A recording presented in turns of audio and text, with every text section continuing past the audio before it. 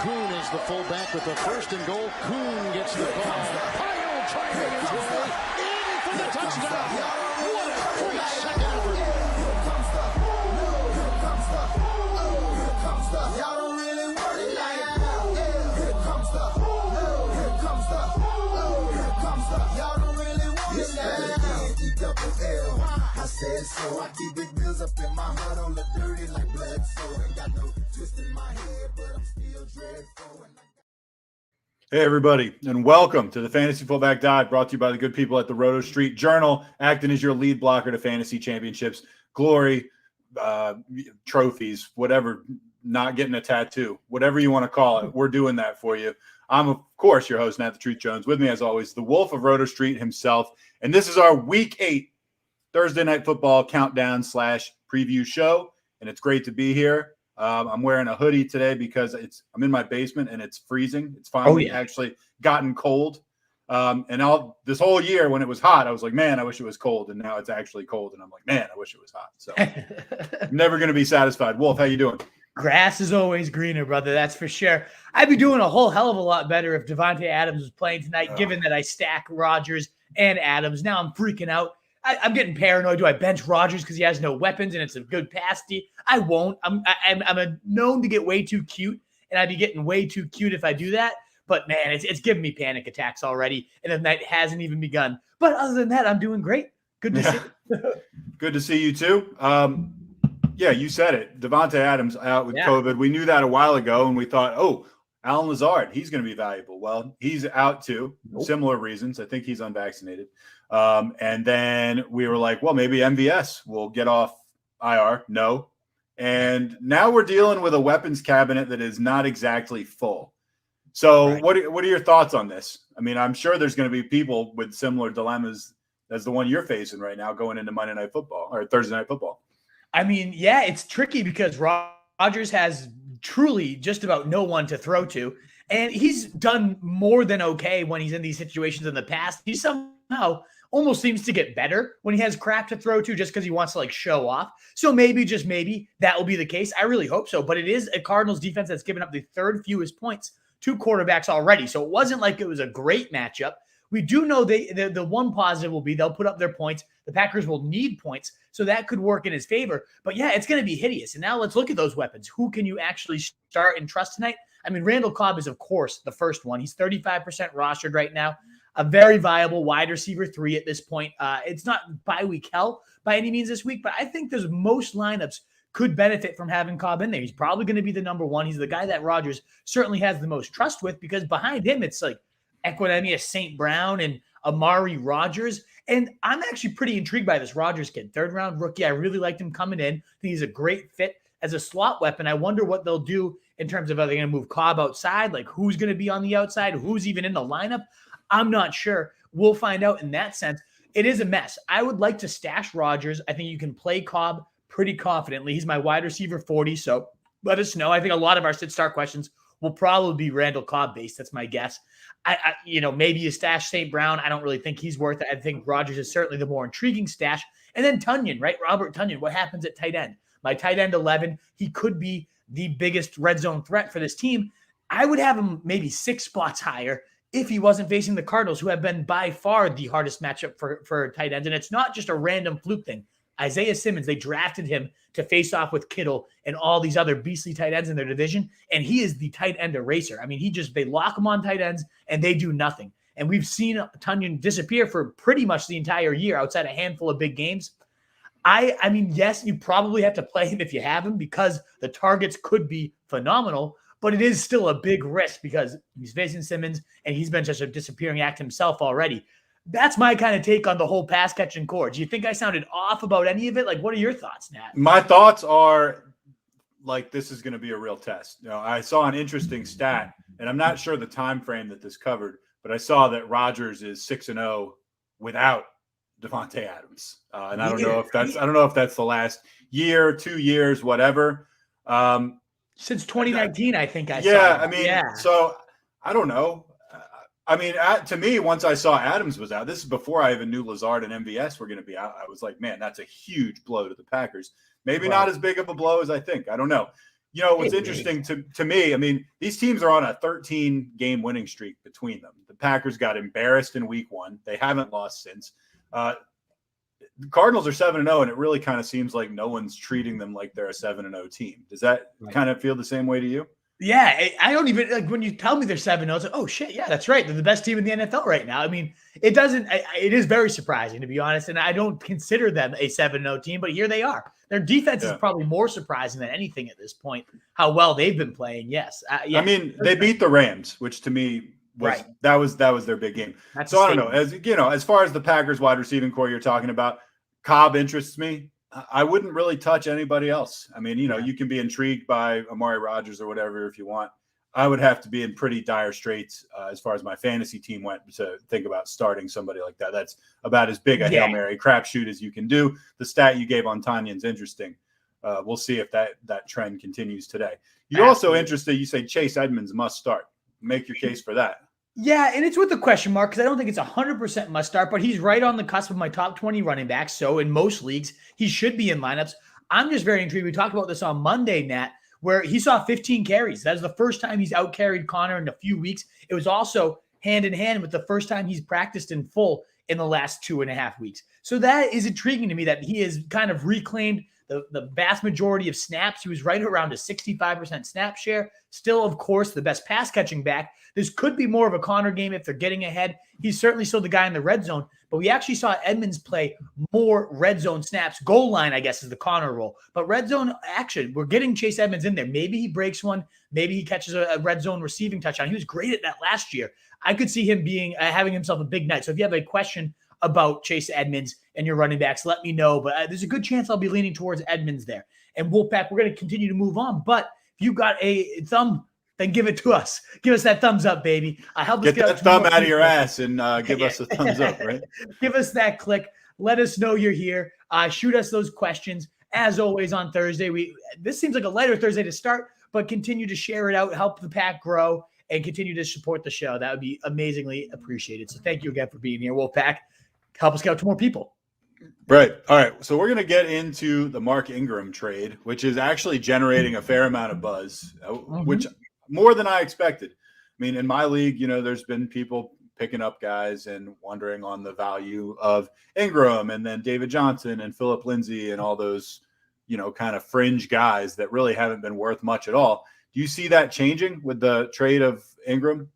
I think it can actually change. I've gotten a ton of questions, so I did want to make sure to give, you know, a handful of minutes, 2 to 3 minutes here on the situation, because I've gotten a ton of David Johnson questions, Mark Ingram, all that good stuff. Let's start with the Texans and where Mark Ingram has left behind. Well, one, they want to have one of the biggest ground pies in the league. They're averaging just a hair shy of 20 fantasy points as a backfield. So if somebody, let's say David Johnson, takes over 60 to 70% of that workload, it might not be too invaluable here. That could actually be something low-end RB2, maybe even mid-range there. Aaron Wilson of Sports Talk 790 says he expects them to, quote-unquote, feature David Johnson since this trade happened. And, you know, I still, in this offense, might not be all that sexy. But when Tyrod Taylor was healthy, I don't know if you remember those first 2 weeks, they smashed the Jags in week 1, and they were on pace to beat the Browns when Tyrod was healthy. They put up 14 points in the first half.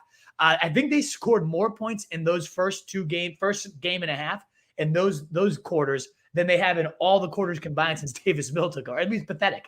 Absolutely pathetic what this offense has been. But when Tyrod's back there, it is certainly a more capable pass attack. And Tim Kelly is still the offensive coordinator. There was a span last year. I still even can't believe this, that David Johnson in December scored more points than Derrick Henry. He was the number 2 running back in fantasy across December. He had 24, 28, and 21 fantasy points, playing 79, 92, and 96% of the snaps. Now, that's not David Culley, the head coach's style. He likes his committees. But if he can approach that 65, 70% snap rate, it's not like this David Johnson's any different than the one that was out there. It was all volume.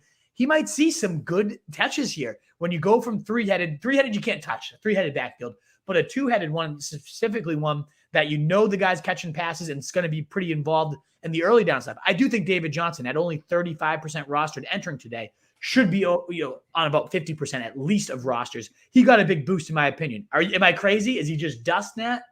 Nothing that you said is inherently crazy, But man, I just don't believe in it. I mean, when we talk about being the featured back in Houston, I don't give a shit. It's awful. I don't know. I mean, look, I can't, like, when you say David Johnson outscored Derrick Henry in last December, like, you're not lying. And at the same time, I'm not moved. No, I certainly am not sprinting out to get these guys or advocating him. And Philip Lindsay, I mean, they quote expected to bump his workload up and no shit. Like, obviously, I'm not reacting to that at all. He's one of the lowest graded backs in every single metric this year. I'm not touching him at this point, but I do think David Johnson, who's seen the snap share increase throughout the year, now should dramatically take another step forward. I could see him carving out some value. And certainly this week, if you have a David Johnson question, it became a lot better for him. On the other side of things, Mark Ingram, I mean, it's obviously, you don't need me to spell out the fact this is a better offense, but this is also not the Saints offense he was part of when he was like the running back 6 and forming this dynamic duo with Alvin Kamara. It's not that situation by any means. So yes, he's in a better situation in the team sense, but it's not that incredible. And it certainly volume-wise is going to take a huge hit because Ingram was that lead back there, averaging like 3.2 pathetic yards a carry. Awful stuff. I guess it dings Kamara a little bit, given that he was on pace for 323 carries. That was his career high by a mile. I mean, he set his career high time and time again this season in terms of carries. But I also think this could open him up a bit. And Nick Underhill, one of our favorite beat writers, friend of the pod, said that this is going to allow them to move Kamara around the field, get him more looks as an outside receiver and from the slot. And we all know, we harp on this stat incredibly amounts of times, a target is worth 2.84 times a carry. That is insane. I think this ultimately, I don't think Kamara is going to be impacted. In fact, maybe this helps him out a bit. We saw him finally get used like Alvin Kamara on Monday Night Football. He had like 115 yards in the first half receiving. In receiving, right? I think he ended up with 10 catches on 11 targets. Like, why we haven't been using him like Alvin Kamara all year, I don't know. But we saw that role. I think that role continues to flourish now that Ingram's there to do a little bit of the grunt work in between the tackles. I don't think that's all that negative for Kamara. It's not impacting my season-long ranking of him in any stretch. All right, guys, we're going to get into the injuries. We're going to go back and forth, and we're going to do our by position, higher, lower, Hail Mary, must watch. And then we're going to be finished in time to hit your questions. So we've already got a few, 15, 16, 17 questions so far. Get that up. Well, I mean, we usually get like 100 questions on a Thursday night. Get that up. Get the thumbs up. These are two good teams, too. There should be some interest in this. Exciting Thursday night game, baby. Let's get this rolling. So give us a like or a love or, whatever you can do to show your laughing face. Yeah. Give us an angry face. I don't even care. All right, let's get into it. We're going to start out with quarterbacks, and Browns coach Kevin Stefanski expecting Baker Mayfield, dealing with a shoulder injury, to quote-unquote do everything in practice today. He said there's a possibility he's able to play in Week 8 against the Steelers, and Mayfield was supposedly looking good in practice on Thursday. I mean, it's just, I guess, a benefit to the weapons. It is a stronger arm, but I don't think there's that much of a drop-off between him and Case Keenum. You're not using either of them in fantasy unless you're in desperation to QB league mode, but it wouldn't hurt the weaponry to have Baker Mayfield, who has had his glimpses here this year. It doesn't change much for me, though. Cowboys coach Mike McCarthy did say Dak Prescott will participate in individual days, drills the past couple days. He does seem on pace. It is a Sunday night game, so you'd have to have a backup plan should this not gain more clarity heading into it. But ultimately, Dak's looking ready to go for what I think is going to be a great shooting out Vikings contest there. Cowboys-Vikings, love that Sunday night game coming up. And Tyrod Taylor, as we spoke before, the Texans have designated him to return from IR. And let me tell you something, folks. Tyrod Taylor returning to the Texans is the difference between the Texans being like one of the worst teams ever to just a bad team. To the worst team of this year. Yeah. Right. So, let's look forward. I mean, all kidding aside, Tyrod Taylor's had some really bad luck, man. He really has injury-wise, but he did have 23 fantasy points in week 1. He had 17 in the first half against the Browns. Like, I'm not sitting here saying you roll the guy out quite yet, but hey, if you're in a 2 QB league, you could potentially stash him at least and see what he does. It certainly, at worst, helps Brandon Cooks a ton, who saw like 10-plus targets in both his games with Tyrod. Having an actual QB throwing him the rock certainly won't hurt. Now on to running. Mitch, thanks for the sticker already. Thank you, buddy. What a legend. What a legend. I love it. Running back. Let's continue on now. Joe Judge is optimistic Barkley will return to practice on Friday. Something to certainly monitor. They do play Monday night, which makes this whole situation. We're going to talk about Giants receivers in a little bit too. It's just such a mind fuck because obviously Barkley's right there in your top 12 running backs if he plays. Chiefs an easy matchup. The Giants are cooking on offense a little bit, at least certainly better than last year. It's worth waiting it out, I think. I hope you have, Devonta Booker should you have to wait this one out, because otherwise it is pretty tough. There's not a whole ton of options there for Monday night. But, man, yeah, he's optimistic, and it's probably worth waiting it out and seeing what happens. Antonio Gibson, shin issue. He's dealing with that same thing that he's been dealing with for a little while now. He was limited for Thursday's practice. I feel like the Antonio Gibson owners are facing kind of a new reality. Yeah. It's like we're maybe not going to see that many practices for the rest of the year from this guy that aren't limited in some way. And it seems like he's not an RB1 and maybe a low-end RB2 and maybe a flex guy. What do you think? Yeah, it's pretty hideous. I mean, honestly, McKissick might be the better player at this point for fantasy because he is banged up. There's every single week, there's the risk of it getting aggravated, him coming out and hitting the bike.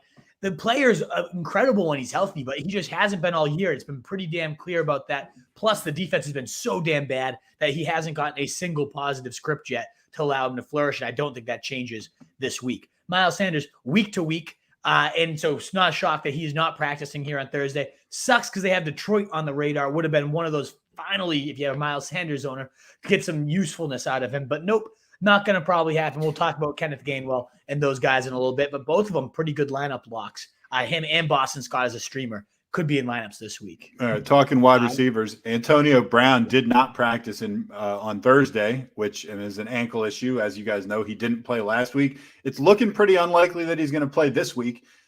Before he got ruled out last week, you actually had those 3 Buck receivers in a stack, like 10, 11, 12, and you actually had Brown on top of the stack. We got to see what those guys could do when there's only 2 of them instead of 3. It looks like they might be in that same situation this week.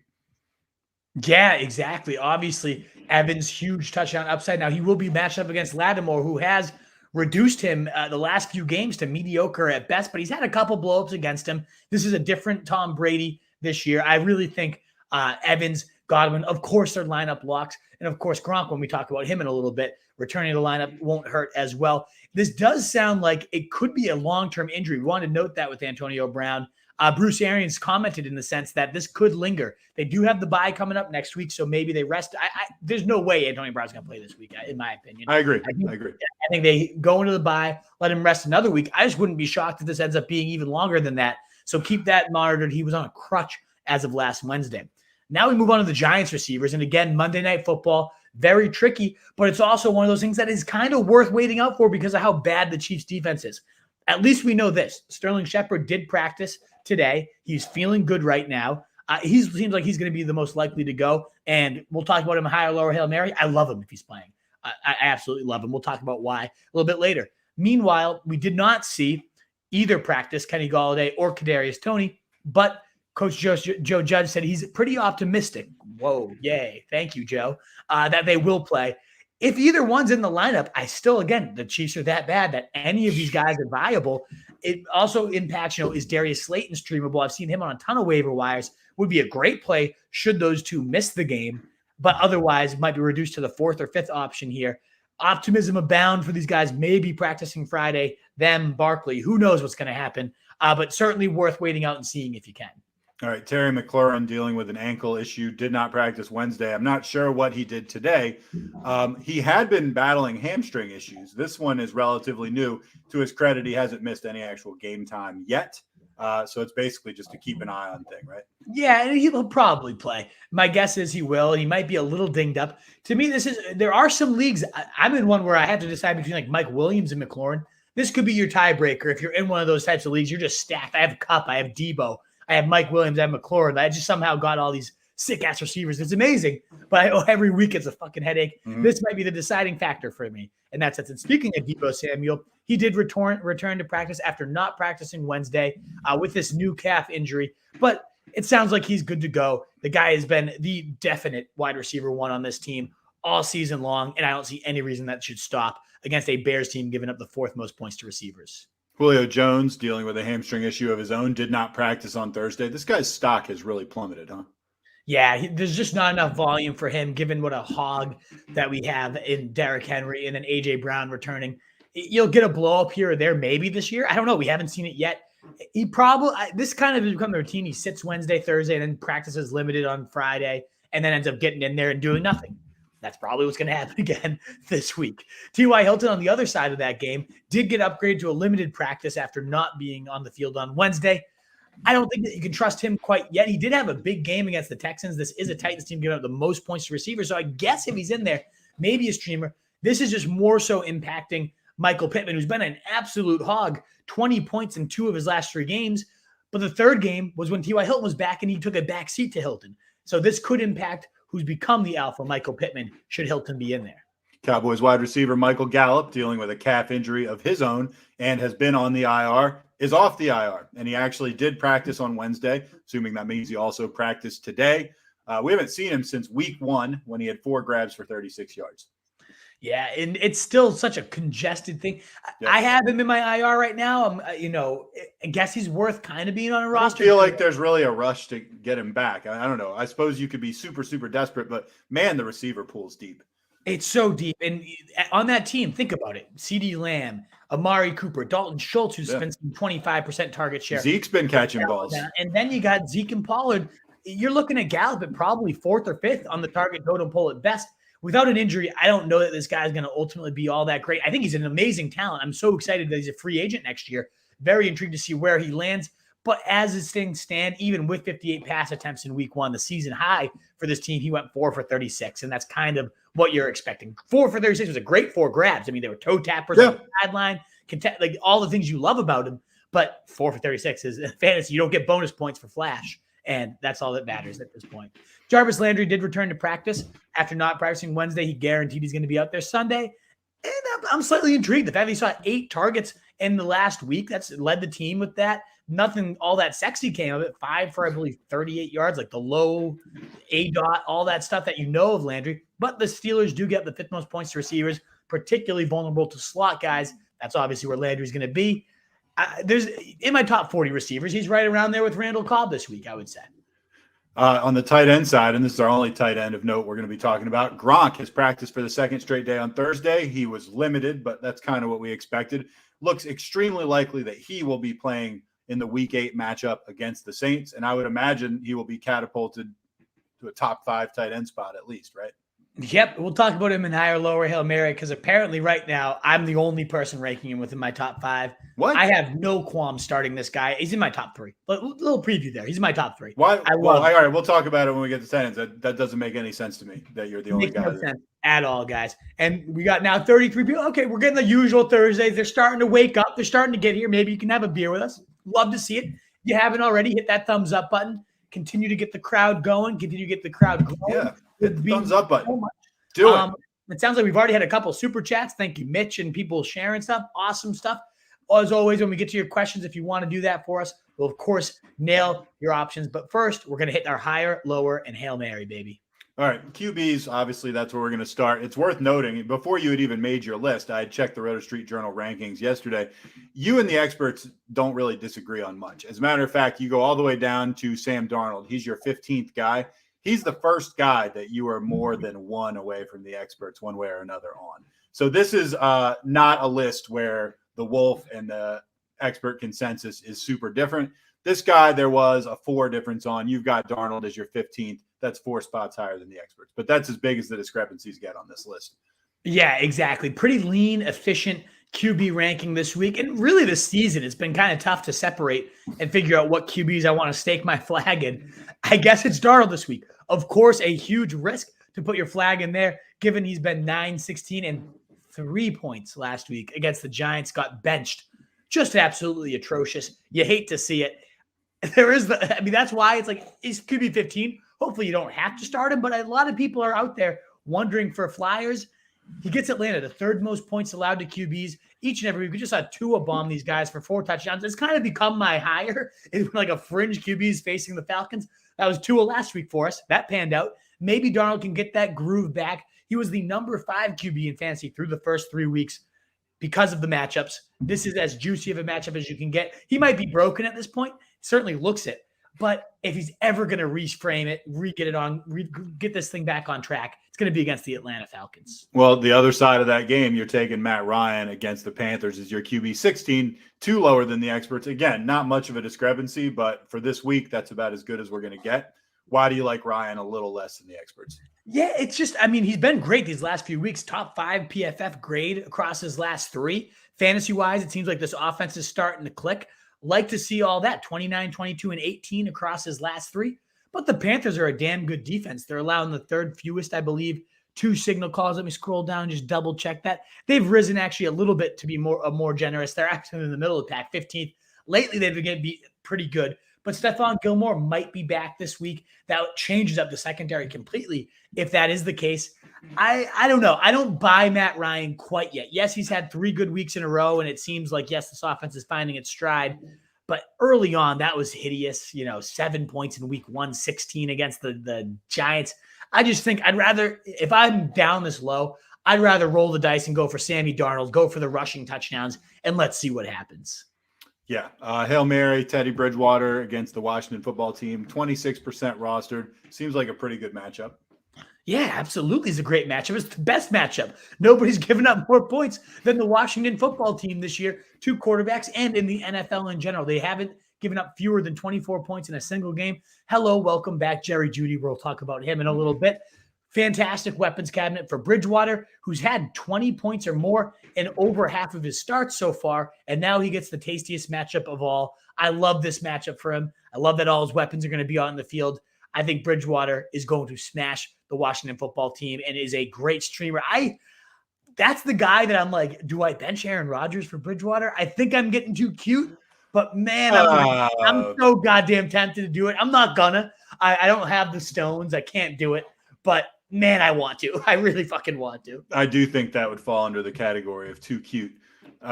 Must watch. We got 2, and they're definitely both must watches. We want to know if Mac Jones can keep climbing. People in this area, and we both live in New England, Massachusetts specifically. Man, they love this guy. Oh, yeah. We want to see if he can keep climbing. And the other one, all eyes on Pat Mahomes and the Chiefs, who unexpectedly just suck. Yeah. It's even less from a fantasy perspective for Pat Mahomes. No, they're just bad. What's happening there? Are they going to get it together against the Giants? I mean, talk about a good rebound spot. You should. It's the fucking Giants. But yeah, he's horrible. He's tied with Zach Wilson for the NFL lead in interceptions. That is insane, abysmal. And I don't know why or what's going on. Maybe he's married and that I think they have a kid on the way. Lesson to all of you: don't get married. Yeah, right. Exactly. If you're the best quarterback prospect in the NFL or whatever, don't tie the knot. It'll kill you. Kill your fantasy value. His brother, Jackson Mahomes, what an absolute loser that kid is. It could be him. Who knows? Either way, the Chiefs suck right now. So we'll see what happens there. Definitely must watch TV. And then Mac Jones, as you said, around here, obviously it's must watch for us Patriots fans. But even still, yes, it was beautiful to see them put up 54 points. It was against the Jets. I want to see them open this offense up like they did against the Jets, against an actually good defense in the Chargers in a tough-to-win matchup. Can Mac Jones get it done? He looked the part, but again, it was against the Jets. So that's why it's must-watch TVs. Finally, he gets he's had good tests all year, and they've kind of played so conservatively, 4th and 1, kicking it and shit. They finally gave it to him against the Jets. They let him go for these things. Are they going to let that happen against the Chargers? I really can't wait to see what happens. Hey, real quick before we move on to running backs, we're getting some questions. People panicking because the game's going to be starting soon, and they got some questions about Packers guys were starting, Cobb, etc. We will definitely finish this in plenty of time to get to your questions. Okay, so watch us for another maybe 15, 20 minutes, and then we're going to make sure we answer everything in the mailbag. We're moving along pretty quickly. So absolutely. About 15 max, 20 more minutes here, 15 more probably. We'll be getting to your questions by 7:50. Nice half hour to hit them all. And as always, there is the option to give us that super chat when we get started if you want a good in-depth one. But we always don't panic. We'll get to you, I promise. We've had 100 questions with 30 minutes left, and we've hit them all. So don't worry, guys.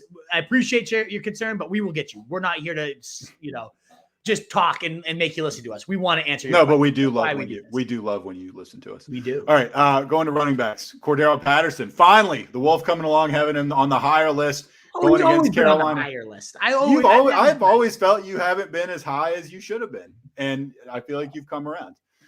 Anyway, you got him as your RB14, 4 spots higher than the experts. Again, we talk about that 15-point floor that he seems to have. You also really like Ernest Johnson, understandably, against Pittsburgh. You got him as your RB29, 10 spots below the experts. Now he's the second head in that two-headed running back machine in Cleveland that seems to be able to produce, 100-yard rushers easily. Yeah, exactly. I mean, you can outline the case for me. Carolina, quote-unquote, gives the fewest points to running backs. They haven't faced great competition. We saw Dalvin Cook expose them, and I know Patterson is no Dalvin Cook, but the appeal with him is that he also splits out wide.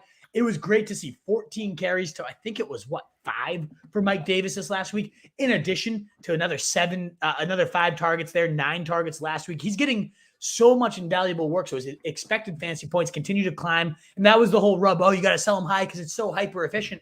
I kept saying, hold, because the volume's going to now match it. If he's that much better than Mike Davis, we'll see those things balance out. And we are. So I expect another 15 to 20 opportunities against, a pretty good defense, but this guy is such a big play threat.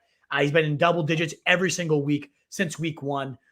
Way too low by the experts. And then Ernest Johnson, I don't get why he is RB39. That's not even close. That's people saying don't even consider starting this guy.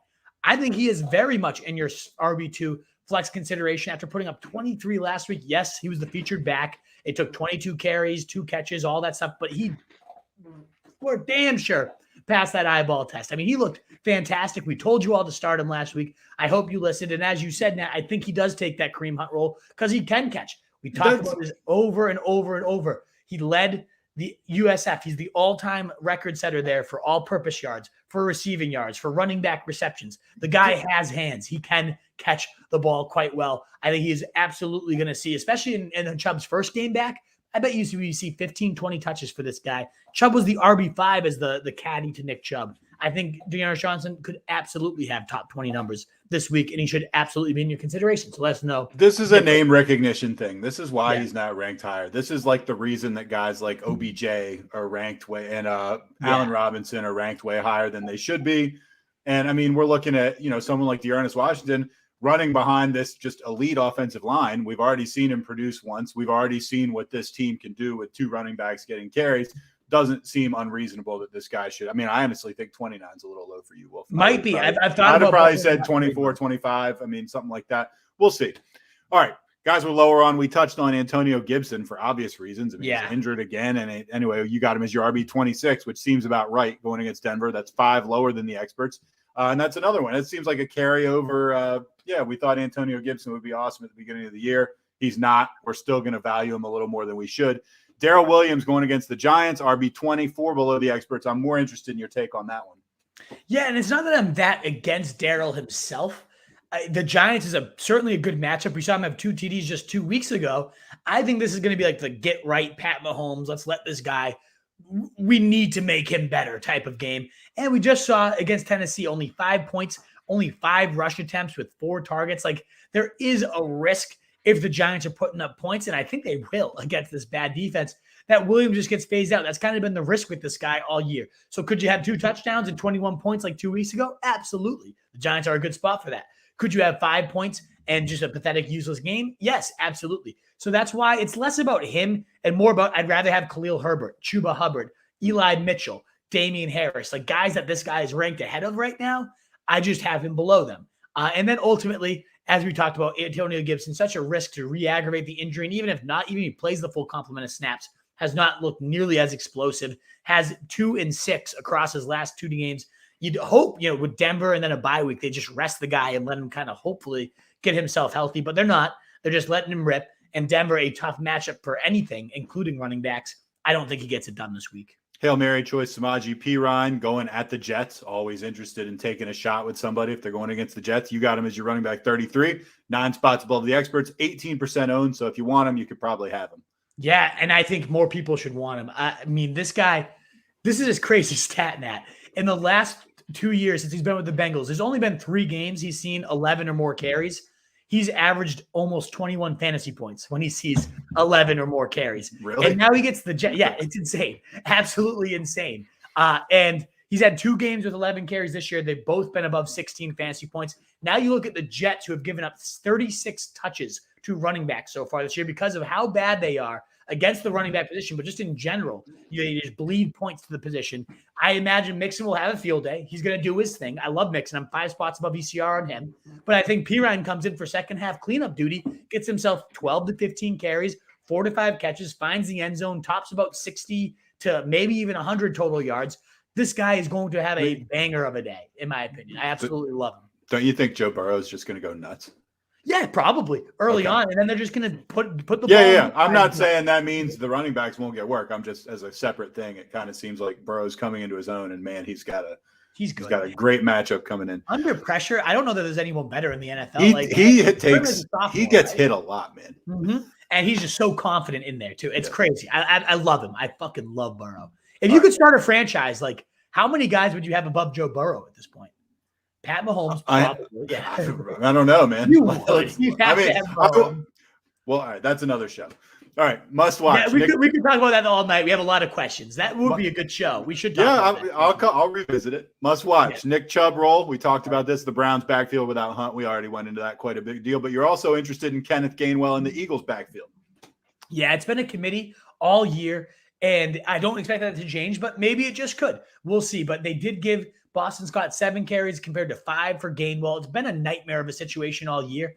I think that'll continue. But against Detroit, even if you're a nightmare backfield, you can probably still get it done. I really like this player, so I would love to see Gainwell get 15-ish touches. Again, that's maybe a pipe dream because we didn't even see Sanders getting that type of work. But I just definitely a must-watch situation is the Eagles in general. Is Jalen Hurts going to crumble yet again? And just I can't wait to see what this backfield does against an easy Detroit slate. One thing you can be assured of is that when that fourth quarter rolls around, oh baby, Jalen Hurts is going to rack up a lot of garbage points. All right, wide receivers. We got about 10 minutes to go before we hit the questions, guys. Give us a like if you haven't already. If you have already, thanks. Going into wide receivers, Jerry Jeudy going against the Washington football team. You got him as your wide receiver 26. 6 above the experts. I like this call, although I'm always a little bit nervous when someone's coming off the IR for the first game. You always worry, are they going to ease him back in?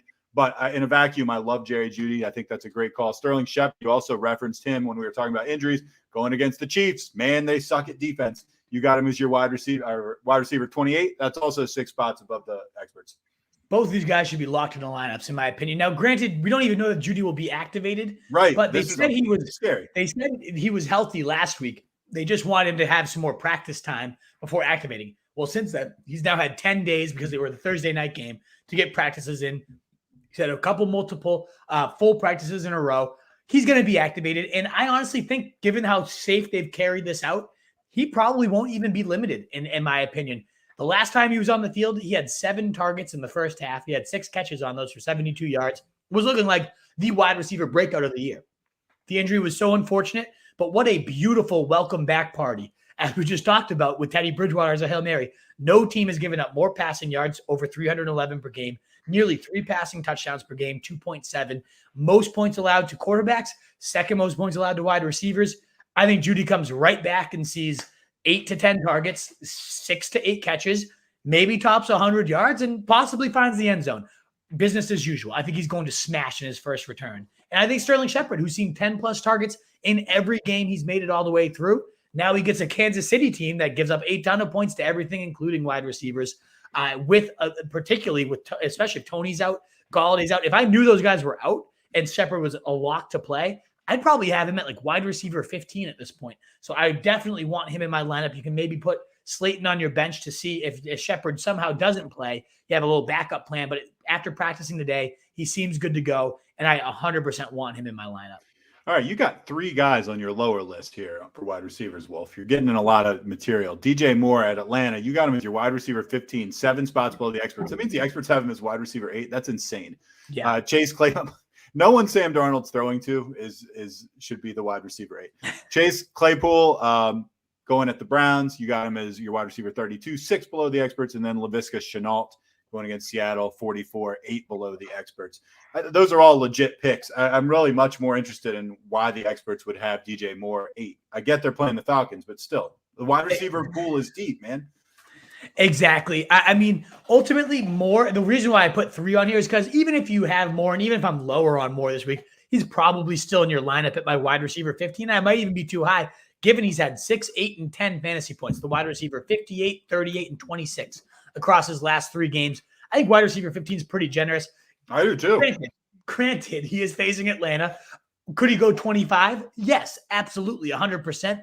But I am a little bit skeptical of this guy. So I just wanted to, it's like what you're saying. How is this guy wide receiver 8 ahead of some crazy names like wide receiver 8 ahead of DeAndre Hopkins, CeeDee Lamb, Mike Williams, Deontay Johnson, like Chris Godwin? Come on.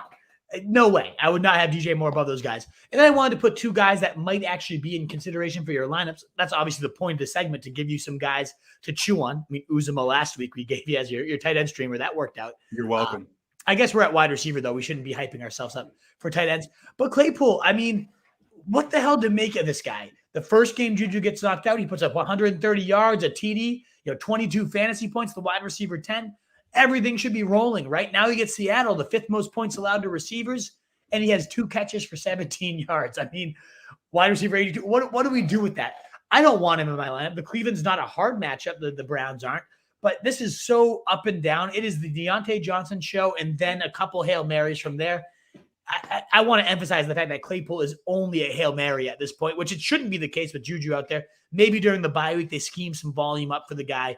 But I would be approaching him with some pretty significant caution. I have guys like Sterling Shepard, as we talked about, Manny Sanders, who's ranked below him, way ahead of Claypool this week. And then Laviska Shenault. I get shit starts about him all the time, and I don't get why at this point. I love the player. Yeah, we talked about him in the preseason quite a bit. Love the talent, but he's had above 10 points once this year, 1 out of 6 times. He is only the highest he's finished is wide receiver 23. He's been wide receiver 39, 59, 56, 111, and 51 in his other games. He is not good in terms of this offense. At least. We talked about him in the preseason, and if you recall, he was the guy that I said you were the craziest, to be as high as you had him. Like, he was the one guy where I was just like, I don't understand this ranking from you at all. And I do think you brought him down a little bit after that. I still just never understood why people liked him so much. I just thought he was going to get that Joker role under Urban Meyer, and he hasn't. In fact, the guy that seems to be sliding into that role, we'll talk about in a second in Hail Marys. Okay. Hail Mary, Van Jefferson at Houston, understandably, 11% rostered. I mean, Houston stinks. The Rams are explosive. Jefferson's certainly a deep threat. You also like Jamal Agnew. That's a deep cut going against Seattle, 1% rostered. And Zach Pascal against Tennessee, 6% rostered. Yeah, Van Jefferson, love this spot for him. He sneakily has only 100 yards less than Robert Woods on the year. He's playing just as many snaps, running just as many routes, and as you said, one of the most explosive offenses. And especially if this team gets up huge early, I could see Van Jefferson doing mop-up duty with Robert Woods and Cooper Kupp on the bench, just kind of eating cheese on the bench. So pissed if that happens. It could happen. I think those guys, but if that happens, Nat, I think that means Cooper Kupp's already had his 150 and 2. He's going to go nuts. But I could see Van Jefferson catching a touchdown, getting deep for sure against this pathetic Houston defense. Jamal Agnew is the one, as I referenced with Laviska Shenault. Since DJ Chark went down, this guy has seen 7 and 6 targets across the last couple of games. He hasn't done a ton, but 8 and 10 points have both been more than what Laviska Shenault has done in that time. He's solid with the ball in his hands. Urban Meyer said during the bye week, this is a guy we have to consider how we get to him more often. I think the guy's not horrible. 7, 6 targets, 6 catches, 5 targets the 5 catches the last 2 weeks. That has a place in PPR leagues if you're desperate. Seattle giving up the 5th most points to receivers. Not bad. And then Pascal, just a bet. That's more so if Hilton misses time. Now, if Hilton plays, he did practice today, I'm not all that interested in Pascal. Should he miss the game, number 1 matchup for receivers, Pascal just always pops up for those random 2 touchdown days. If you're desperate, I could see this being one of those if Hilton misses the game. All right, must watch. We actually already talked about most of this stuff. Packers wide receivers tonight, of course. I can't wait to see what happens, if anything. Jerry Jeudy's return and his impact on the receiving core, definitely going to be keeping an eye out for that. And the Giants wide receivers against you have the Chefs, but I'm assuming you're probably talking about the Chiefs. I am. Right. So before we go into tight ends, guys, give us a like if you haven't already. We got maybe a couple more minutes, then we're going to hit the mailbag. Tight ends usually go pretty fast. So smash it if you haven't already. Tight ends, guy you're higher on, Gronk. Good. I'm glad we're going to talk about this for a minute. Going against the Saints, coming back 8 spots above the experts.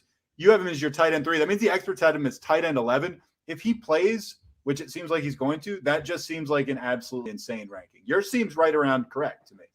I mean, the 2 games he made it through, he had 25 and 18 fantasy points, was the tight end 1 clearly and far away to begin the year. He's still the tight end 1 in points per game. He had 8 points in the first half against the Rams, and then he got hurt. This guy is a beast. Gronk has it this year. I mean, I wonder how healthy he comes back, but they seem to be taking it slow with him. Now you have no AB here, and it's not the easiest of matchups. New Orleans good against every position, including the tight end, 6th fewest points allowed to tight ends.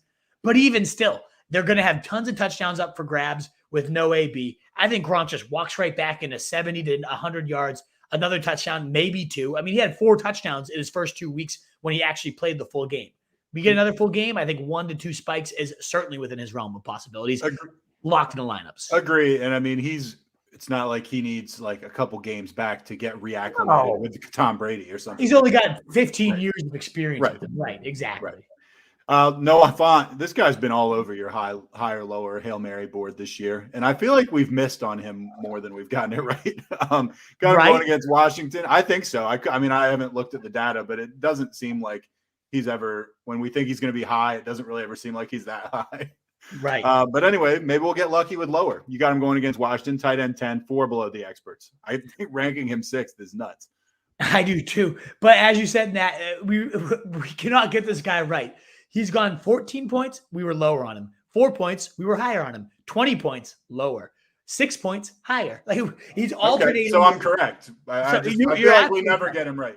We can't get him right. And he's definitely on like the kind of Myles Gaskin every other week plan. So if you're following that, we should be higher on him because he only had 6 last week. I think Jerry Jeudy coming back against a team that's much weaker against receivers than they are tight ends. It's not like they're great against tight ends. They're, I think, 16th, but they're number 1 allowed to wide receivers. This is going to be the wide receiver show. I think Fant ends up being the odd man out. Now, granted, he could just fall right into the end zone, given how many points they give up. I don't have a huge case against the guy, other than I just like guys like Higbee. I had +3 against them, and I kind of wanted to talk about Higbee, who has seen top 5 in terms of end zone targets among tight ends, only 1 touchdown to come out of those, but Houston's given up the most touchdowns to tight end, the most fantasy points to tight ends. That's a guy I'd rather have in my lineup than Noah Fant this week, +3 ECR on him. All right, Hail Mary, Tommy Sweeney going against Miami, 2% rostered. If you're anything like me and probably the rest of America, you're thinking, who the hell is Tommy Sweeney? Is he a football player? Like, he sure is. He's Dawson Knox's backup. And the coach has said, we hope this guy steps up. We expect him to step up. Some athleticism to this guy, bumbling idiot. But the bet is really that he's going to play the Dawson Knox role, which is, I'm going to lead the NFL in touchdowns right now. I wouldn't be shocked at all. Miami's bad against everything, including tight ends. Wouldn't be shocked at all to see Tommy Sweeney haul in a touchdown against this pathetic team. Last but not least, Dalton Schultz is our must-watch with Michael Gallup back. Kyle Pitts every week, of course, now that he's been clicking. And Uzomah. Love watching Uzomah. Yeah, I'm just excited to see the Bengals in general, but also what is Uzomah's role within this offense? Can he have another big week? Kyle Pitts is just so fun to see this guy. His role continues to expand, and he hasn't even hit his ceiling, which is crazy. And then Dalton Schultz dominating target share, but is that going to continue to be the case with Gallup back? If so, you have a locked-in top 7 tight end rest of the season. If not, fuck, you should have sold him while he was high. All right, let's hit the mailbag. Let's do it. 83 questions, baby. Right. That's it's like, remember we're like 20 minutes in and there's like 13 questions. This is what we like, baby. You know what that's like? You know what that's like? When we were already writing up our week 2, what a disappointment Derrick Henry's been at the end of the first half of the week 2 game. Exactly, guys. You got to let these things play themselves out. And if you have a question, guys, you need an answer for, the super chat pops it right to the top for us. We'll make sure to give those in depth for anyone willing to support the show in that nature. Not expected. We'll probably get through everything anyways, but just want to highlight that if you want to support the show or you want to make sure you get a good in-depth answer, the super chat is the best way to do that. All right. Charlie, a couple interesting names hit waivers. I can only add one as a stash. Drake, Pirine, Callaway, Landry. You added one. Who you adding? Probably Landry. It depends on your team need. If you need the running back more, I'd probably go Drake. If you need the receiver more, I'd go Landry. That's kind of how I would look at that one. Zafrika, my wide receivers are difficult to pick. Woods, Lockett, Kirk, Mooney, and Tony if he's healthy. I currently have Gainwell in my flex. I need to pick one of these guys, my receiver too. Who's your top guy there? I think it's Robert Woods. I mean, it's Houston, it's Woods. It's a great talent. I go him first and foremost. I wouldn't, if we know Tony's going to play before Sunday, I would put him in over Gainwell in the flex. I know Gainwell gets Detroit. I'd rather have Tony against the Chiefs myself. I'm not touching Lockett until Wilson's back. No, not at all. Denny Jennings, sub Wolf and T. What's up, Denny?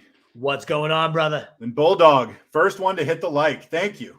There should be a prize for that. Much appreciated. Yeah, Denny Jennings, Rams or Ravens defense for the rest of the season. Thoughts? Got to be the Rams, I think, at least. Just so explosive on defense, in my opinion. Charlie Prebs. Yo, guys. Yo, Charlie. What up, Prebs? Great to see you. Jeff Lee. He's had a lot of nice things to say about us recently. Pick 3, Ridley, Godwin, Jefferson.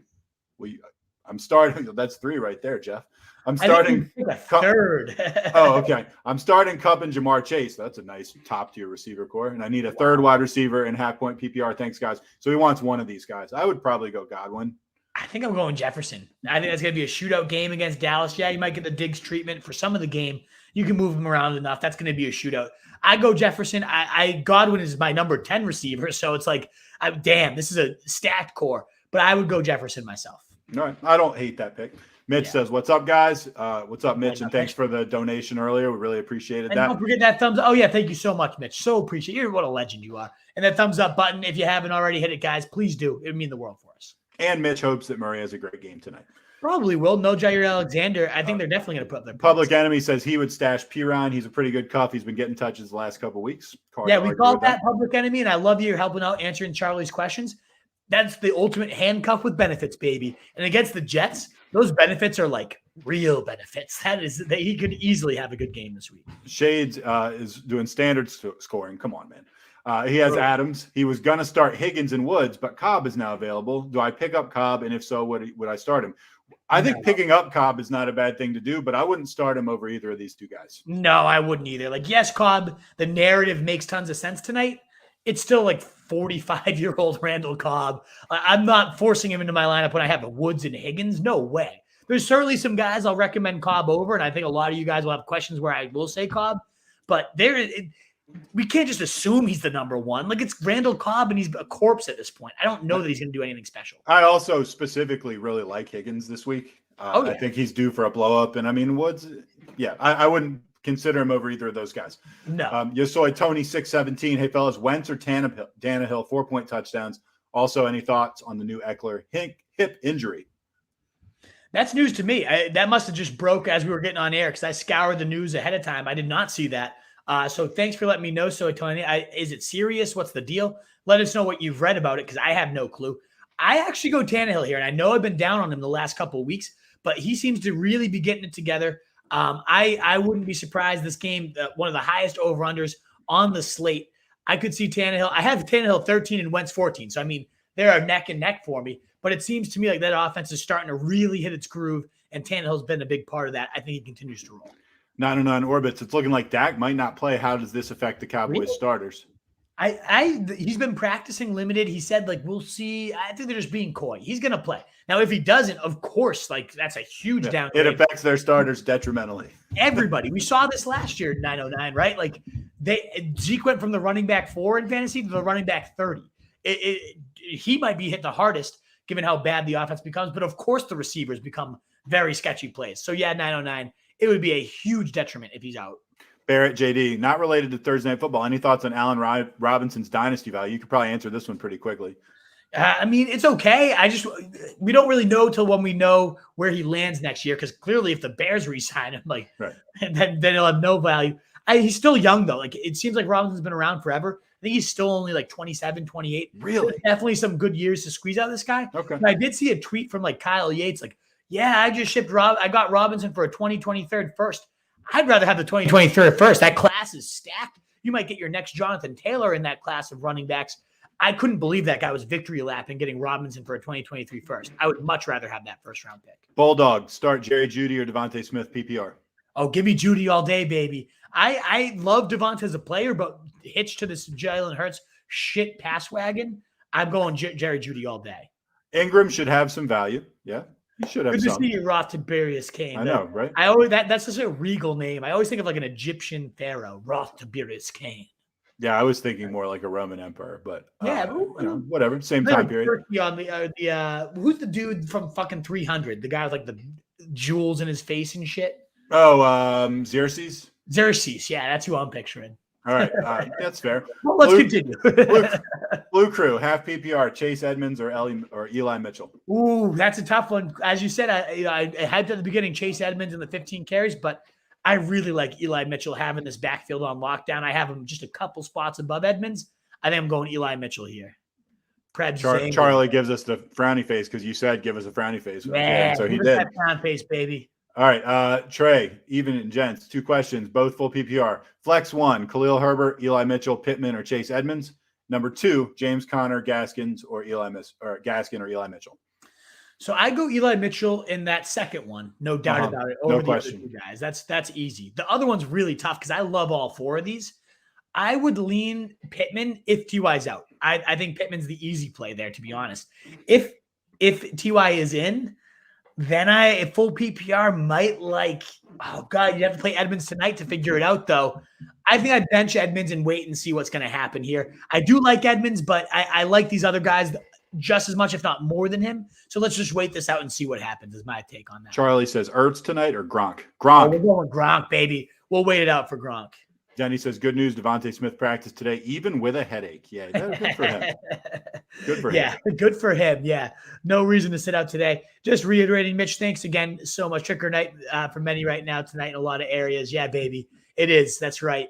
Given the weather is looking horrible this weekend. So hope everybody's having a good trick or treat night. And now everyone's returned in with their candy. Share some with us. Derek Barton, Trump or treat to you too. Yeah. Sweet. Bulldog 921. Austin Eckler was a DMP today with a hip. Okay. What is this must have just came out as we were going live because I did not see that. All right. Charlie Prebs, I just traded Gibson for Saquon. I feel like I got a steal. Yeah, you got a huge deal, Prebs. I mean, good Lord. Both of them have their injury questions, but one of them at least has like a top 5 narrative if and when he's healthy. And that's not the one you gave up. That's certainly the one you just acquired. We got about 15 minutes to go to try to hit the rest of this mailbag. Marcos Valdez, Rodgers tonight or Burrow? I go Burrow there. Yeah, I'd go Burrow. I'll go Burrow with no Burrow, dude. Rodgers. Yeah, no doubt. Brant says Chat Pittman Jr. or Cobb full PPR. I guess he doesn't want our answer then. No, I'm kidding. I'll go Pittman Jr. Yeah. If you're interested. Grind don't stop. I traded Kelsey, Waddle, and Clyde for Kamara, half PPR. Thoughts? I think it's a pretty good deal. I'd probably give you the win there, but that's a lot too. It's a pretty big haul. Depends on what the rest of your team looks like. Yeah, I don't know. I'm on the fence. Charlie, RB2 and flex. Damian Harris, Woods, Gibson / McKissick. Leaning wait and see with the Washington football team duo. I would probably go Harris Woods. I don't really care for that Washington football team duo. I'd go Harris Woods. Oh, nah, says Noah Fant or Zach Ertz. I'm going to go Fant there. I know we said we're a little lower on him, but Ertz only played half the snaps. He did have that big touchdown, but that was it. So I'm going to go Fant here. Bo Puck, start which at flex? AJ Green, Alex Collins, David Johnson, Tim Patrick, PPR. I like Alex Collins here. He gets the Jags this week. He's seen 15-plus carries in 3 straight weeks. This is by far the easiest match. He put up 16 in one of the hardest matchups against Pittsburgh. I think he can do 16 against the Jags. Omar F. Yo, fellas, just making sure I'm still starting Tanyan over Conklin. Wanted to get a second opinion from the truth. Thanks, guys. So my opinion is, yes, you're starting Tanyan over Conklin, although I have to say the Wolf made me a little bit gun-shy with his stats about Arizona shutting down tight ends when he said that. Yeah, we ran through this yesterday, Omar. It's so tricky because the volume narrative's there and the Isaiah Simmons shutting him down narrative's there. My gut tells me he gets shut out, honestly. Like, I don't know these guys much. I know. Maybe we're telling him wrong then. But when your option's Conklin, like – yeah, I'm going Tanyan. Go ahead. I'm going Tanyan too. Daniel Howland, it's Ingram and Freiermuth. Do I chance playing Ingram with trade rumors out there? Would you play him? Yeah, I'd play him. I don't hate Freiermuth though. They ran you love Freiermuth. What do you mean you don't hate Freiermuth? You love targets, 5 catches last time out there. But I'd probably play Ingram here. Yes. Andrew McGrady, Alex Collins, Javonte or Corey Davis, PPR. I'd go Collins here again. I like Collins this week a lot. Denny wants to know Landry or Jeudy, wide receiver 2, half point PPR. Jeudy, baby, all in on Jeudy coming back this week. No doubt about it. Sarah Riley, different profile picture coming from YouTube instead of Facebook. Good to see you anyway. Half point PPR, Mike Evans, Emmanuel Sanders, Jerry Jeudy, Chase Claypool, Jalen Waddle. Start 2, leaning towards Evans Sanders. I would definitely go Evans. I'm probably going Evans Sanders, although Judy's intriguing, but I think I'm going Evans Sanders probably. We lean the exact same way, Truth. Like Judy's right there for me, but Sanders is a good enough reason to not absorb the risk, given he's had 13 plus points in 4 straight weeks, 2 20-point weeks mixed in there. Good floor, great ceiling. Give me Sanders and Evans there all day. And reminder, folks, again, we have, as you were saying, Truth, about 15 minutes till kickoff. So that thumbs up also helps. But if you want a guaranteed answer, toss us that super chat. We'll be scanning those. They pop right up to the top. We should get through everything, but a lot of questions are coming in as we go live here. So if you want a guaranteed answer, plus if you just want to support the show, it would mean the world. So consider doing that. All right. Ryan or Wentz from Face. I like Wentz, baby, against Tennessee with the highest total this week. I really like that game. It does look like we just had a question, although it's not popping up on this page, but for Tyranny, Cobb or Amari Rodgers, or Cobb or Higgins? I go T. Higgins at the top of this. I agree. I'd rank them Higgins, then Cobb, and then Amari Rodgers. I like stashing Rodgers. I like seeing what happens. This guy has 2 catches in his NFL career. Like, we can't pretend this is a safe start by any means for Tyranny. So give me Higgins, but then if it's one or the other, it's Cobb. It's the one with the established rapport, in my opinion. Thanks for supporting the show, man. We greatly appreciate it. Now I've kind of lost my spot. No, I got it right here. For whatever it's worth, I agree with the Wolf's rankings on those, and I actually think the 1, 2, 3 ranking he gave is pretty solid. Like, as far as I don't disagree with any of the placements at all. I think it's a pretty clear cut 1, 2, 3. Johnny Lau, will Callaway finally find pay dirt against the Bucs? Is he worth me dropping Ruggs half point PPR? I think Ruggs and Callaway are so similar. It's like whoever in your gut you feel better about. I'd probably rather have Ruggs myself. Yash Patel, and this is the guy that was asking earlier. So we did get to his question. I'm very happy. Just got in. Are we starting Cobb? LMAO. Next question. I'm freaking out. Last minute changes. It depends who your option is. It really depends what your options are. I definitely think he's a viable starter, and he's probably at the top of this Green Bay receiving core. But it really depends who else you got, you know? Having Rodgers number 1 is always viable. It just depends on who else your other options are. Charlie says only 16 thumbs up here on YouTube. We've got almost 30 in the chat. Share the love, Wolfpack. For whatever it's worth. Well, that was a long time ago. We have over 30 now. So okay. Well, there we go. Probably because Charlie called everybody out. I love it, Charlie. Thank you, brother. That's our Wolfpack right there, having our back. Tim says Hopkins or Kirk, because I heard he had a hamstring injury. Who has the injury? Oh, Hopkins. I go Hopkins. I mean, on. It's DeAndre Hopkins. What a touchdown beast that guy is. Isaac said, should I start Cobb or Gainwell? I would go. Ooh, that's pretty good. I'm probably going to go Gainwell against Detroit there, though. I really like. They've given up the most receiving yards, receiving touchdowns, 6 receiving touchdowns to running backs. Gainwell's their receiving back there. I love it. I might lean towards Cobb just because I'm kind of a crackhead and I'd like to have somebody going tonight. I do love the itch. I get what you're saying, but I'm going to go Gainwell. Omar F. Is Boston Scott worth starting over Alex Collins or Pollard if Barkley sits again? Full PPR. Also, I have Dylan, but I doubt I'll burn a spot tonight on him. Nah, you should. No, I wouldn't burn the spot on Dylan. Maybe he falls in the end zone, but I don't expect that. I would rather have Collins than Boston Scott. I'd rather have Pollard than Boston Scott. I get the logic behind Scott seeing 7 carries, all the goal line work, but nah. Ethan wants to know Cobb, Waddle, Myers, or Marvin Jones. I would go Marvin Jones, then Myers, then Cobb, then Marvin Jones, then Waddle, then Myers, then Cobb is how I'd rank them. So Cobb is, I guess you're saying we're benching Cobb today. I might put Cobb over Myers. I don't know. Yeah. Omar F. FYI, I just saw a quote from the coach saying they're going to try to get Davis. I'm assuming he means Mike Davis, more touches. Who knows? It sounds like bullshit, Omar. Gary W. Boom. The boys are back at it. Need a huge game from Edmonds tonight. Hope all is well, gents. You too, Gary. You could get a huge game. Absolutely. 15 carries last time out with some of the most snaps he's seen all year. He seems fully healthy. Just want to pull this one up because I 100% agree, Yash Patel. Mike Davis is. We're on the same page, buddy. 100% on the same page. He says, do I put any of these guys in over Mitchell or Deontay in standard? Pittman, Javonte, Collins, Booker, or Gainwell? I'm playing my brother who is an absurdly overpowered team, so I need ceiling this week. You know how that is, Wolf, right? Oh, yeah. Well, I usually have the ceiling over my brother, personally. Deontay is certainly your number 1. Mitchell has a pretty good ceiling, and standard-wise, the lack of receptions doesn't hurt him. I probably do what you have here, but if T.Y. sits, Pittman might have a little bit of a bigger ceiling than Mitchell. So that's one to revisit on Sunday. We'll be live at 11 a.m. if you want to make it here, face. Africa says, should I play Mixon and Piron? I still have Piron on my bench from when Mixon was hurt. I would not. Probably not, but honestly, this is one of the few times you could pull that off. The Jets are that bad. You just saw what Bolden and Harris, look what Bolden Harris and J.J. Taylor just did to them. All of them had 15 or more fantasy points. You could easily do this, but it just really depends who your other option is over Piron. Josh Patel says Burrow is a baller at this point. 100% agree. Charlie says Piron or Beasley.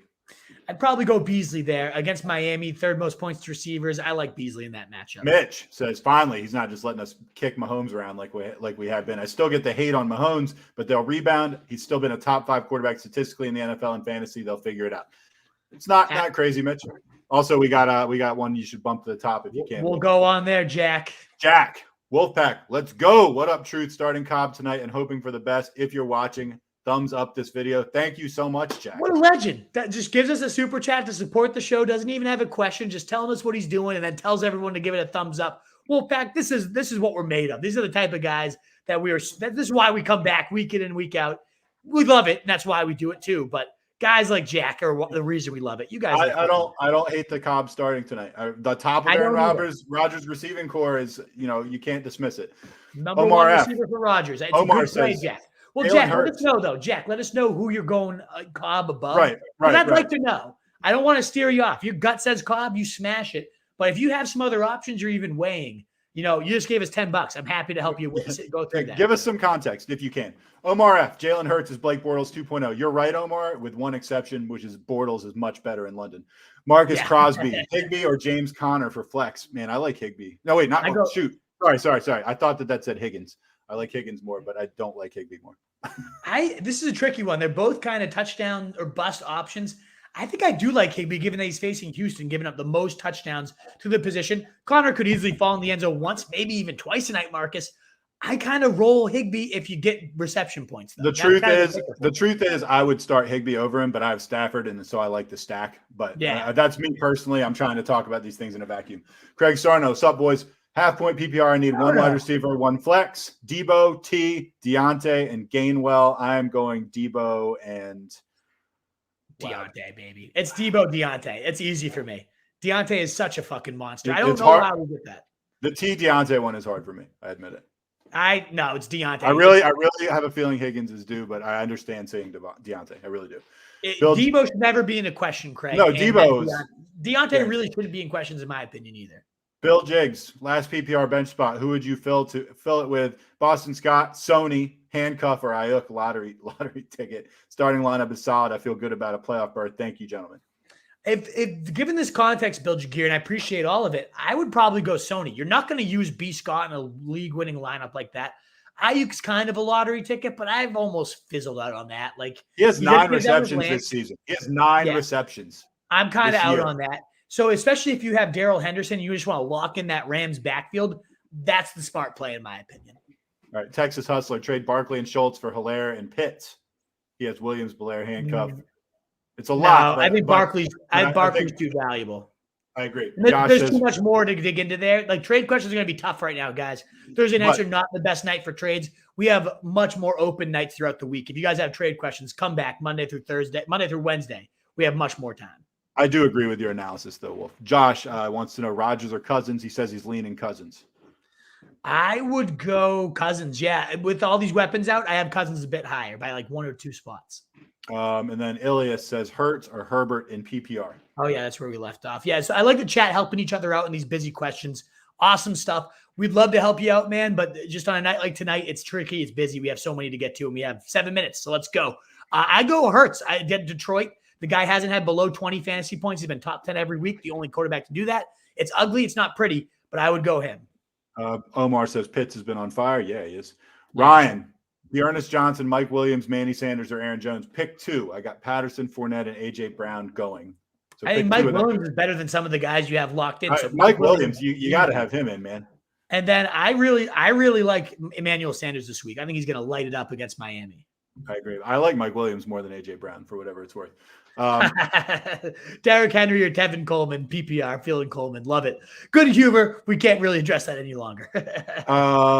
Ryan says Andrew Jones. Not Andrew Jones. Andrew Jones scares me. Yeah. Volume should be there. Omar. I love how much you guys are helping each other, but now we got to find the question. It's all right. We'll get there. I lost my place. Go ahead, Wolf.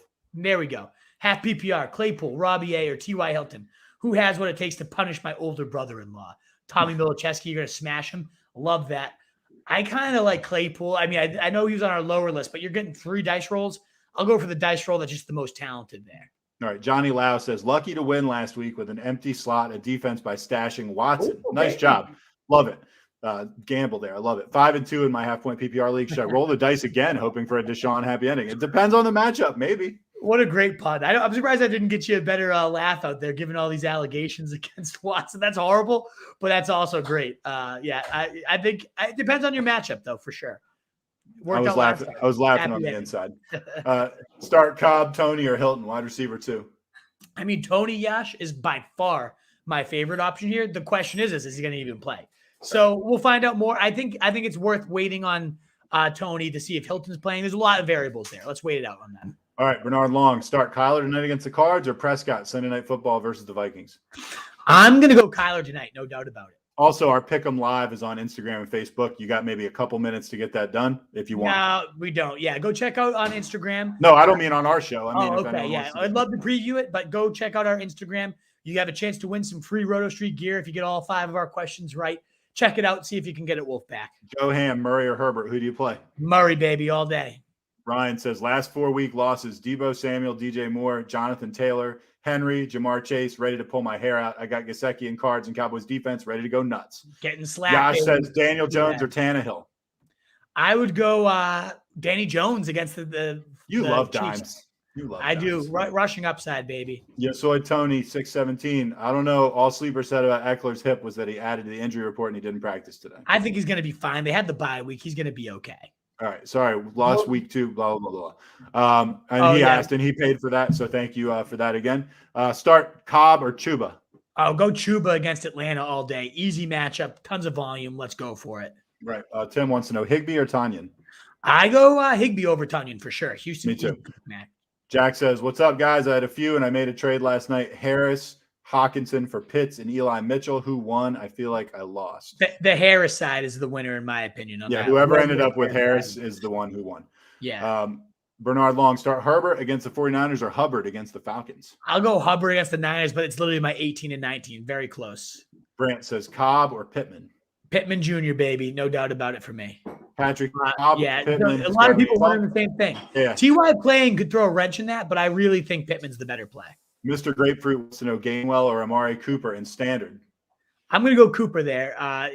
Beastly receiver. If Dak ends up being questionable, then we can easily flip that. But yeah, I'd go that. Teddy says Cobb or Debo. Debo all day long.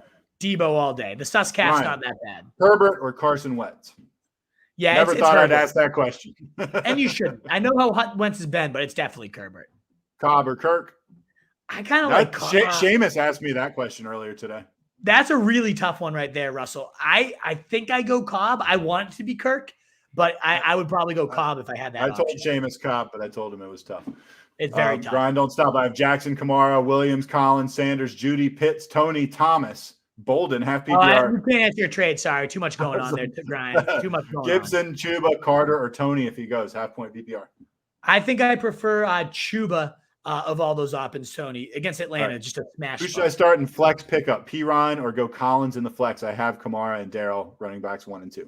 I would go Collins over P. Ryan. I do love P. Ryan as our Hail Mary, but I would go Collins over him against the Jags. So we play in Randall Cobb. Depends on the options, but a lot of us are. It's his number one. Cobb or Pittman. A lot of people getting that one in. We keep saying Pittman, assuming T.Y.'s out. If T.Y.'s in, I still think it's Pittman. So I would wait that one out and go Pittman there. Y'all, the best here's going to 1-0 this week. I hope you sure do, buddy. Let's do it, Charlie.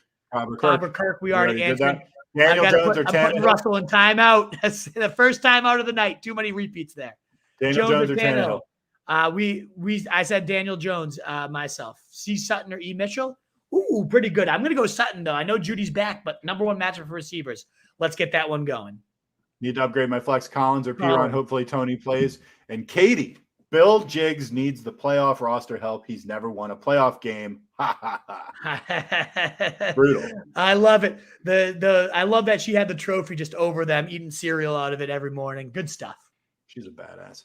Andrew McGrady, Amari Cooper, or Chuba, PPR. We're going, that's pretty good. I would probably go Cooper. I actually had this exact question in my fantasy family league, and I'm going Cooper myself as of right now. I'm going Cooper.